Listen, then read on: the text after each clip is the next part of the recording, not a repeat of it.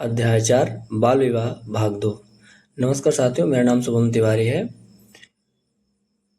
पिछले भाग में हमने जाना कि किस प्रकार कम उम्र में गांधी जी का विवाह तय किया गया। अब जानते हैं विवाह के दिन और उसके बाद की घटनाओं के बारे में। गांधी जी उस समय लगभग 13 वर्ष के थे। एक बच्चे की तरह वे विवाह को कोई जिम्मेदारी नहीं बल्कि उत्सव समझते थे।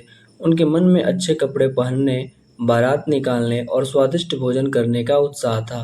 विवाह की तैयारियों के बीच एक दुखद घटना भी हुई।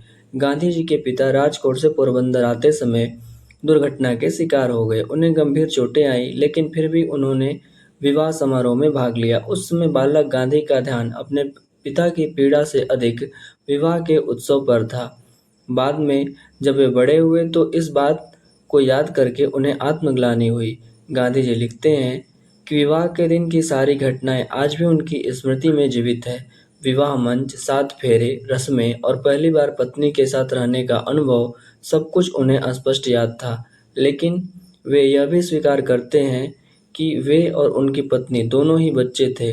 वे एक दूसरे के सामने संकोच करते थे, शर्माते थे और धीरे धीरे एक दूसरे को समझने लगे। समय के साथ गांधी जी के मन में पति होने का अधिकार बोध भी आने लगा, जिसे वे बाद में अपनी कमजोरी मानते हैं। जीवन के अनुभवों ने उन्हें समझाया कि विवाह जैसी जिम्मेदारी बच्चों पर नहीं थोपी जानी चाहिए। यही कारण है कि आगे चलकर गांधी जी बाल विवाह के विरोधी बन गए और समाज में सुधार की आवश्यकता पर बल देने लगे।